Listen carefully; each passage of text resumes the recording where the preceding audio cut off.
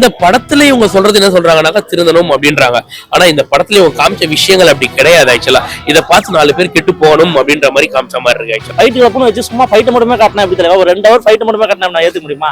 திடீர்னு பார்த்தா ஒருத்த கஞ்சா வைக்கிறான், திடீர்னு பார்த்தா ஒரு தம் அடிக்கிறான், திடீர்னு பார்த்தா எல்லாமே ஒரு சில விஷயத்த மாத்தி பண்ணிருக்கலாம். காட்டின விதத்தையே காட்டிருக்காங்க. வட சென்னை நம்ம மெட்ராஸ் படம்லாம் பாத்தீங்கன்னா இல்ல அவங்க இருந்திருக்க வேணாம். ஏன்னா அவங்க ரொம்ப காட்டல, கம்மியா தான் காமிச்சிருக்காங்க. பொண்ணு கொஞ்சம் நிறைய காமிச்சிருக்காங்க. படத்துல ஏன் ஃபைட் ஆகுதுன்னா அந்த சம்பவத்தினாலதான் ஃபைட் ஆகுது. சும்மாவே ஒருத்தன் தனியா போய் சண்டை எதுவுமே போட முடியாது.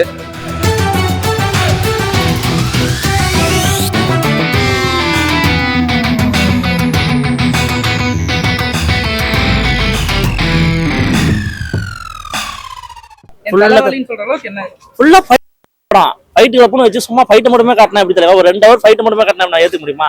திடீர்னு பார்த்தா ஒருத்த கஞ்சா வைக்கிறான், திடீர்னு பார்த்தா ஒரு தம் அடிக்கிறான், திடீர்னு பார்த்தா எல்லாமே ஒரு சில விஷயத்த மாத்தி பண்ணிருக்கலாம். காட்டின விதத்தையே காட்டிருக்காங்க. வட சென்னை நம்ம மெட்ராஸ் படம்லாம் பாத்தீங்கன்னா ஒரு கதை இருக்கும், அதுல ஒரு சில விஷயங்கள் ஏத்துக்கிற மாதிரி இருக்கும். வட சென்னை நாட்டு மெட்ராஸ் அப்படி இருப்பாங்கன்னு சொல்லி காட்டியிருப்பாங்க.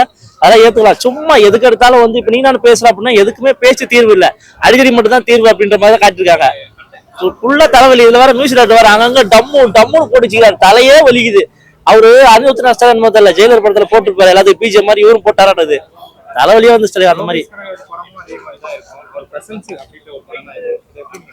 இல்ல எனக்கு தெரிஞ்சு அவரோட சாயல்னு சொல்ல போனா அந்த ரீமிக்ஸ் சாங் வருது ஏஞ்சோ, அது ஒண்ணுதான் அவரோட இதுல இருக்குது. மற்றபடி வேற ஒண்ணுமே இல்ல. ஃபுல்லா ஃபைட்டை மட்டுமே பண்ணி வச்சுக்கிறாங்க. ஒரு கதையும் இல்ல. கதைனா ஒரு ஹீரோயினை காட்டுறாங்க, ஒரு 2 சீன் லவ் சீன் போகுது, சரி நல்லா போகுது அப்படின்னு எதிர்பார்த்தா திடீர்னு ஒரு சாங் போட்டு கட் பண்றாங்க. என்ன திடீர்னு அந்த இதுல கொஞ்சம் டிராவல் பண்ணிருக்கலாம். அந்த ஹீரோயின் மேட்டரை வச்சாவது சும்மா அது கொஞ்சம் இது பண்ணிட்டாங்க.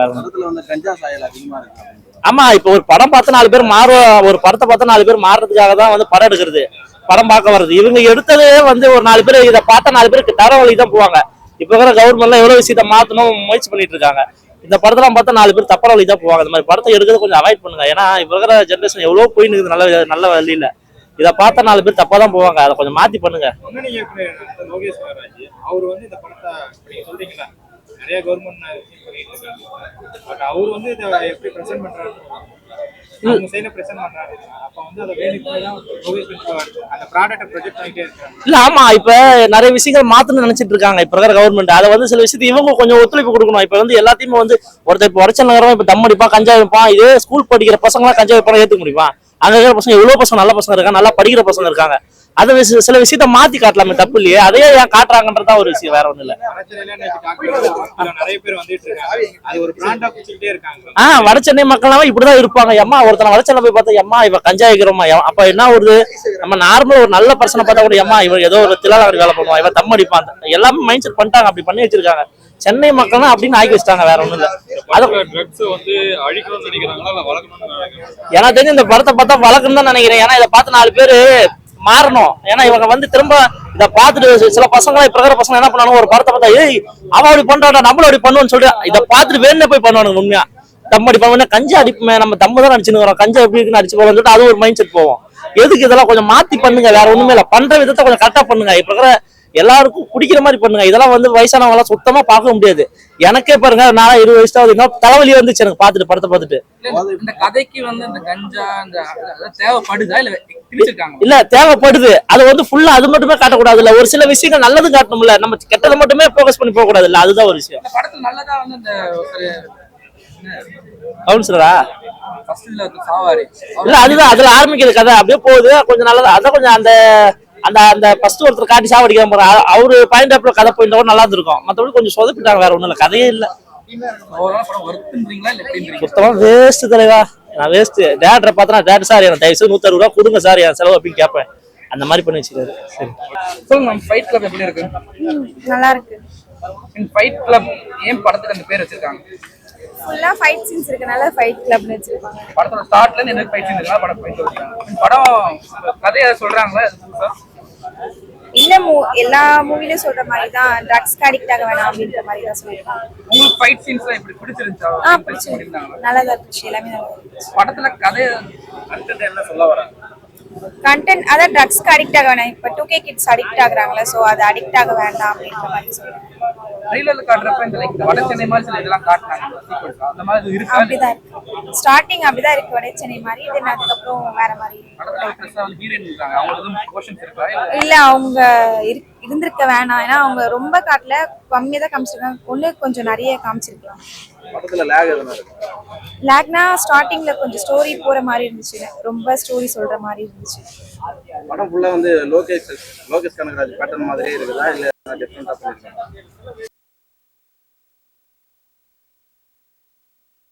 இதுலயும் போத போறாங்க. அவரு எடுத்த பேட்டர்ன் மாதிரியே இருக்குதா படம்? இல்ல இதுல அதுவும் இருக்கு, பட் ஆனா கொஞ்சம் வயலன்ஸ் ரொம்ப இருக்கு. லேக் எதனா இருக்கா படத்துல? லேக் மீன்ஸ் அதான் கொஞ்சம் ரொம்ப ஸ்டோரி ஸ்லோவா போற மாதிரி ஸ்டார்டிங். படம் ஃபுல்லா ஃபைன் சொல்றீங்க. ஃபேமிலியா வந்து பார்க்க முடியுமா படத்தை? பார்க்கலாம். ஹீரோக்கு வந்து லாங் பேக் அப்புறம் படம் பண்ணிருக்காரு. ஃபில்டர் பண்ணிருக்காரு. பண்ணிருக்காரு. அவரோட கேரக்டருக்கு அவர் நல்லதா பண்ணிருக்காரு. ஓவரால் படம் வெர்த்துன்றீங்க. இந்த படம் எப்படி இருக்குன்னு சொல்றேன்னா ரொம்ப சூப்பரா எடுத்திருக்காரு சார் இந்த படத்தை டைரக்டர். நல்லா இந்த படத்துல வந்து பாத்தீங்கன்னா ஃபைட்டா இருக்கட்டும், லவ் சீன்ஸா இருக்கட்டும், எல்லாமே சிறப்பா பண்ணியிருக்காங்க இந்த படத்துல.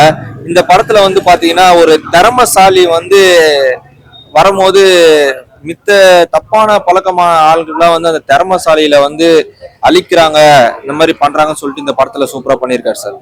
படத்துக்கு ஏன் ஃபைட் கிளப்னு பேர் வச்சிருக்காங்க? இப்போ நீங்க கேக்குறீங்களா படத்துக்கு ஏன் ஃபைட் கிளப்ன்ற பேரு? இந்த படத்துல ஃபுல்லா ஃபைட்டு சீன்ஸ் இருக்கனால அவங்களுக்கு ஒரு சிச்சுவேஷனா ஃபைட் கிளப்ன்ற பேர் வச்சிருக்காங்க சார். படம் ஃபுல்லா ஃபைட் ஆகிறதுனால எதுவும் போர் அடிக்க மாதிரி இருக்கு? இந்த படம் ஃபுல்லா நீங்க ஃபைட்டா வருதுன்னு நீங்க கேக்குறீங்க. இந்த படத்துல வந்து ஏன் ஃபைட்டா வருதுன்னா அந்த சம்பவத்தினாலதான் ஃபைட்டா வருது. சும்மாவே ஒருத்தன் வந்து தனியா போய் சண்டை எதுவுமே போட முடியாது. நல்லா பண்ணிருக்காரு. கன்ஃபார்மா இந்த படத்தை எல்லாரும் வந்து பார்க்கலாம் சார். ஃபைட் கிளப் படம் மொக்க தான் உண்மையிலேயே. ஏன்னா நீங்க எதிர்பார்த்து வந்தாலும் படம் மொக்க தான், எதிர்பார்க்காம வந்தீங்கனாலும் படம் மொக்க தான் ஆக்சுவலா. ஏன்னா படத்துல புது கதை அப்படின்னு ஒண்ணு எதுவுமே கிடையவே கிடையாது.